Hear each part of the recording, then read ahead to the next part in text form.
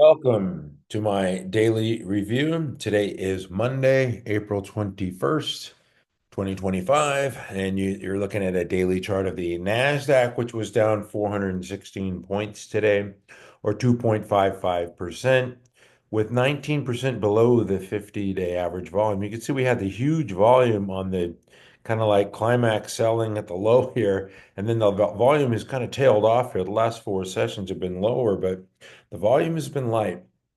It was the Nasdaq closed at 15,870 today, and it was significant in that, it took out last week's low, which is important, I think, and heading for the low from the 2 weeks ago.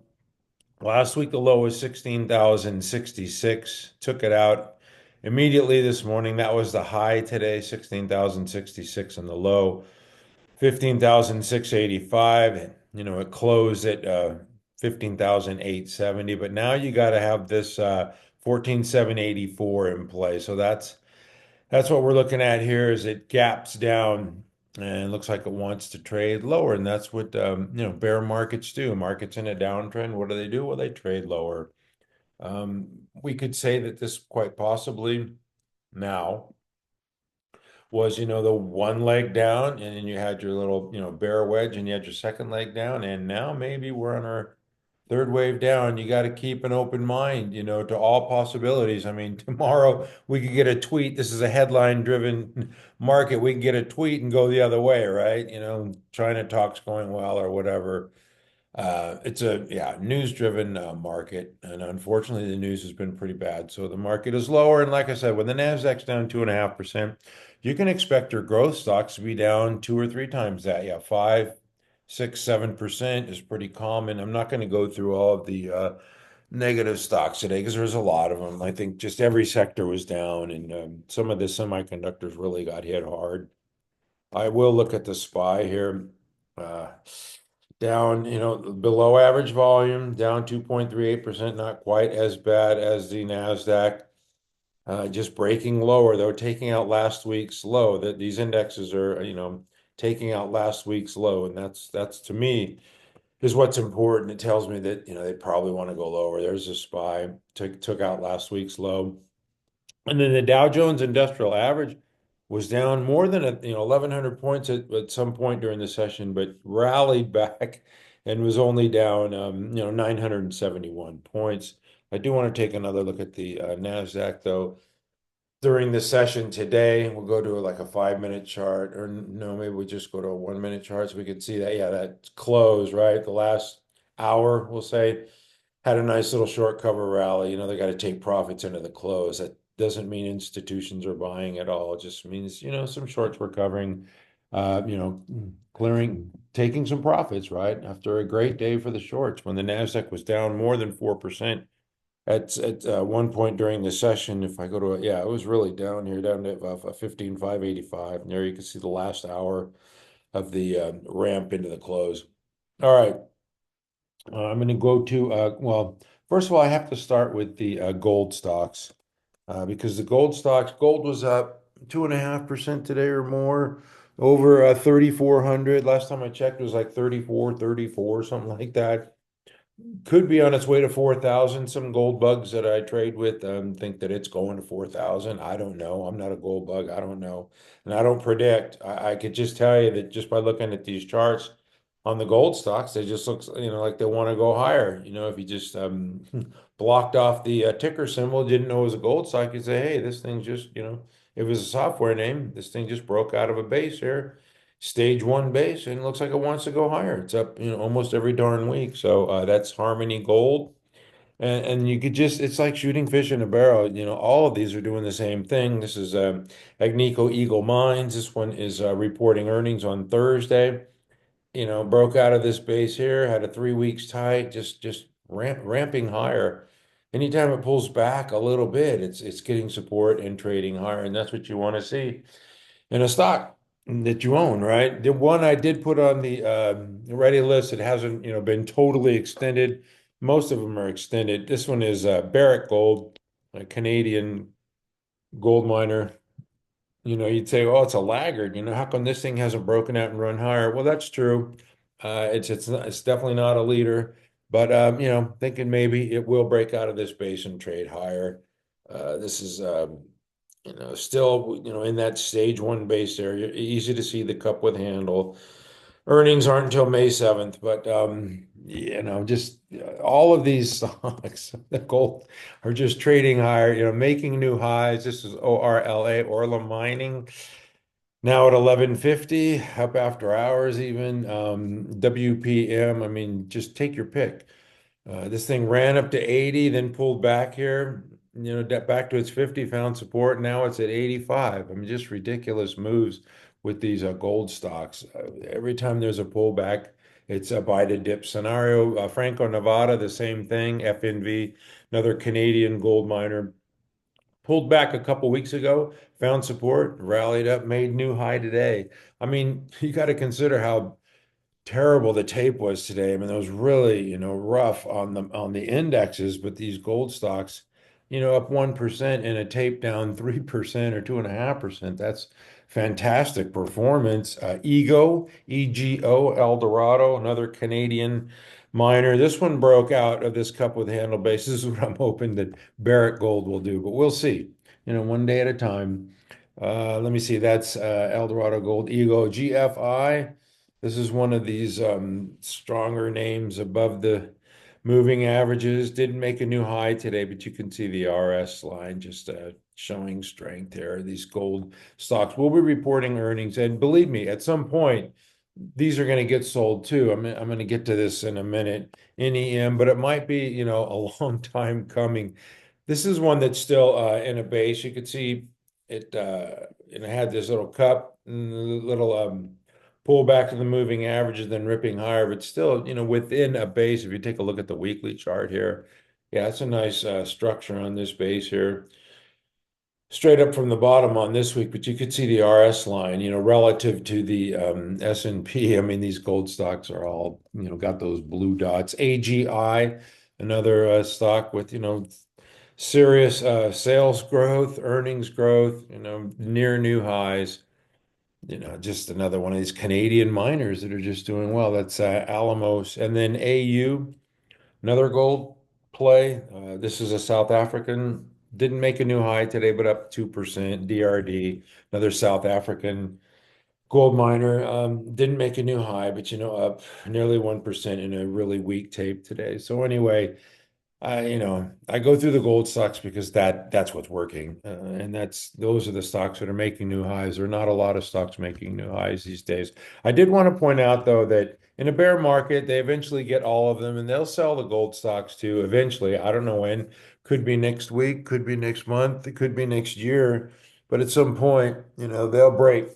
And the insurance stocks, which are doing so well for so long, these things are cracking now. This is Brown and Brown.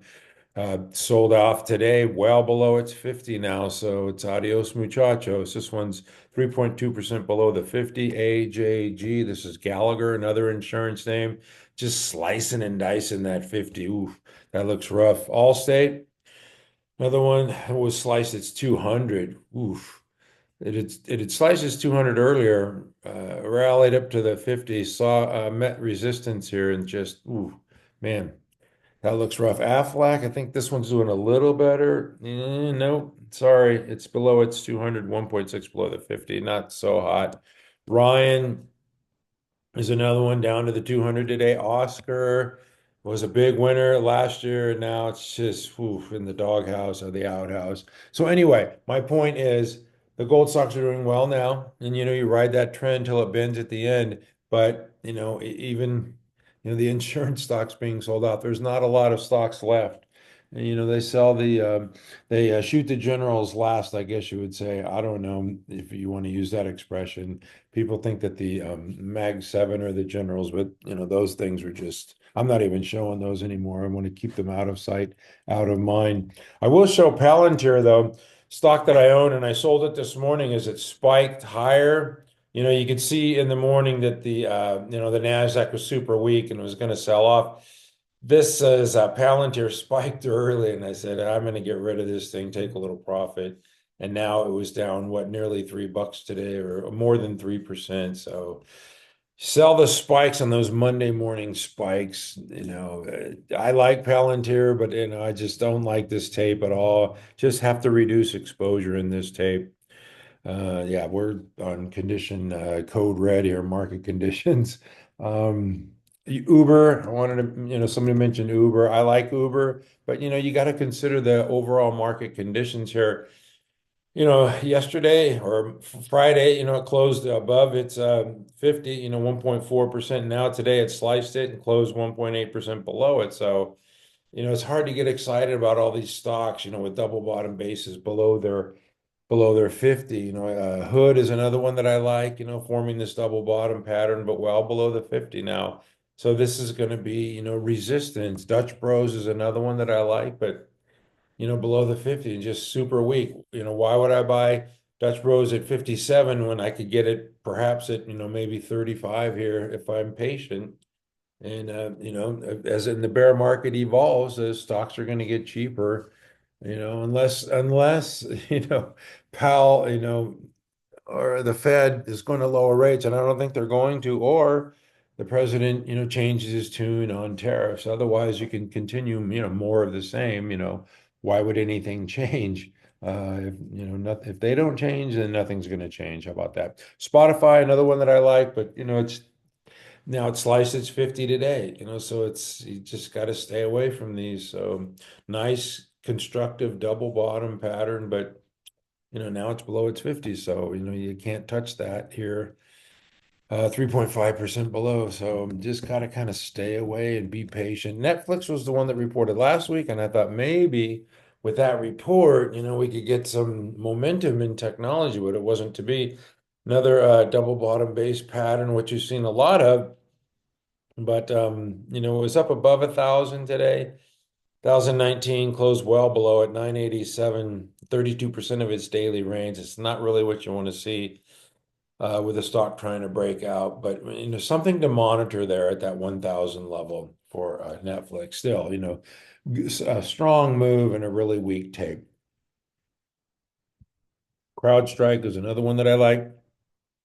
Double bottom base, but below the 50, just relative weakness.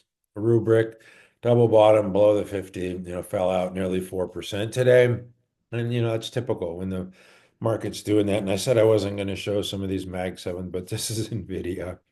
Made that low of, what was it, 86 on April 7th and, rallied up. That was the day that I guess he acquiesced on the tariffs or whatever, and then has fallen off ever since. So and I also have to show Tesla since they're reporting earnings this week. I think it's tomorrow actually, after the close. This one continues to get rejected since the euphoria, after the election, made that high of 488.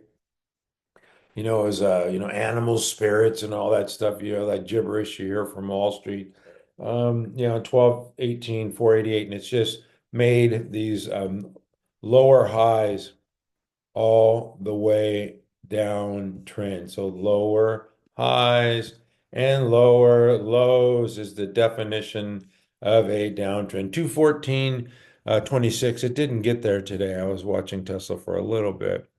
222 was the low, but they report tomorrow, and if they have a terrible report, which I expect they will, you have to watch for the reaction because it's not the news, it's the reaction to the news. So if they report a terrible quarter, which I think they will, and it rallies on bad news like our DR Horton did last week, it might be an indication that maybe that 217, 214 might be, the low for Tesla for the short term. We'll have to wait and see. But anyway, I wasn't going to show these, but now I'm going to.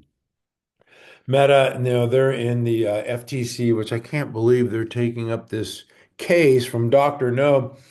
The antitrust monopoly that Meta has. I guess they're trying to break them up, maybe, split up Instagram, or I don't know what their FTC's plan is, but Meta Platform's a monopoly. I really don't think they are, because I'm on Reddit and I'm on Twitter a lot, or X. There's lots of social media pages you can go to. Um, So I don't know what makes Meta platform a monopoly, but I guess it is according to the FTC. And then Google, they want to split up Google as well. I'm not sure if they want Chrome to spin off or YouTube. Um, I don't know what and it might not be a bad idea for Google to spin those off, make it a leaner, meaner company, and maybe they can, I don't know, show some more growth. But yeah, it's in a downtrend. Until those cases are decided, these things are not going to go anywhere. All right. That's it for those. I want to mention some drug stocks. Not a lot of stuff, good stuff going on in the market. This is ADMA. I did have this on the ready list there. I believe, I don't know, 19 or something, but it's got that 2070 standard buy point, and it was near there today. But man, this thing fell out, closed right at its 21 there. Just a tick below it, 0.3% below the 21, but it's 8.2% above the 50. You're not seeing a lot of stocks with this kind of sales growth above the 50. I mean, just you're not seeing a lot of stocks above the 50, period, but certainly not with that type of growth. But the market doesn't care. They're selling. I mean, they're just selling, indiscriminate selling. This is WGS, Gene DX Holdings. This one sliced its 50 today. It was holding up pretty well. It closed Friday above the 54% above the 50. Now, today it closed just 1.5% below it. So just weakness, added weakness there. TGTX, another one closed above the 50, which you're not going to see a lot of stocks with this type of growth above the 50. This one closed 2.1% above the 50. It was ramped this morning. I had to trim a little bit. When stocks spike like that on Monday morning, that's a gift. But still, this is my largest holding, and I'm just holding on for longer term. I think longer term, this is definitely in an uptrend and it's going to resume higher eventually over time. I think by this time next year, it'll be a lot higher than it is today. And then I won't have to pay Uncle Sam as much money. All right. Oh, the other one is PTGX. Is that right? Yes. Protagonist had the big ramp up on news, pull back to the 200. Now has rallied back above the 50, 2.5% above the 50. So once again, it fits that criteria of when I screen for stock sales growth above the 50. Not a lot of stocks, trust me, in that group, and I'll share that tomorrow morning. There's not a lot of them. Anyway, a couple of cryptocurrency names, a MicroStrategy. I put this one on the ready list. It was breaking above its downtrend. It's just the market's so weak. It's selling any strength, anything with any profit. But today it was trying to break above this downtrend line, just ended up flat on the session. But we'll watch for it tomorrow. I know Bitcoin was up a few percent over the past 24 hours. And then I showed Robinhood earlier. Stock that I like. I think longer term, this is going to be a big winner, but not today. It's just going to have to wait for this bear market to be over, and maybe you'll get a super price on this thing. Maybe you get it at $20 or $22, or you just have to wait. Take it a day at a time. This one again with that double bottom base, but it doesn't mean anything right now. All right. That's it. No, I have a couple other things. Random. I'm just randomly looking at stocks here at Kroger's, the grocery chain. It made a new high today, found support at the 50 and has rallied ever since. Just like I said, random movements. IBN, this is the bank from India.